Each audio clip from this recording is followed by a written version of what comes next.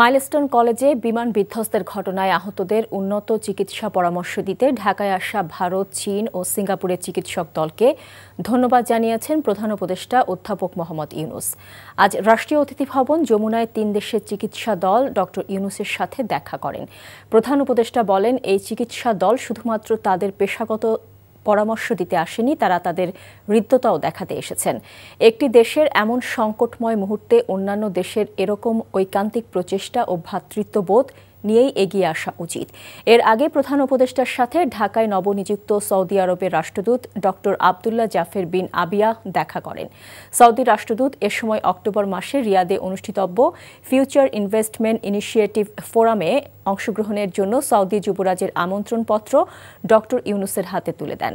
Bangladesh Saudi কূটনৈতিক সম্পর্কের ৫০ বছর পূর্তি উপলক্ষে বাংলাদেশ সফরের আমন্ত্রণ গ্রহণ করায় সৌদি যুবরাজকে ধন্যবাদ জানান প্রধান উপদেষ্টা। এছাড়া মালয়েশিয়ার প্রধানমন্ত্রী আনোয়ার ইব্রাহিমের কন্যা নুরুল ইজ্জা আনোয়ার আজ প্রধান উপদেষ্টার সাথে দেখা করেন। এ সময় প্রধান উপদেষ্টা আসিয়ানে অংশ হতে মালয়েশিয়ার সহযোগিতা কামনা করেন। আসিয়ানের বর্তমান সভাপতি মালয়েশিয়া এবং বাংলাদেশ যেহেতু সংগঠনটির খাতভিত্তিক সংলাপের অংশীদার, তাই ভবিষ্যতে বাংলাদেশ আসিয়ানের পূর্ণ সদস্যপদ পেতে পারে বলেও আশা প্রকাশ করেন ডক্টর ইউনুস। বান্ডেল থাকলে প্রতি সেনমানিতে টাকা বাঁচবে। বিকাশ সেনমানি বান্ডিল কিনে জিতুন প্রতি লেনদেনে।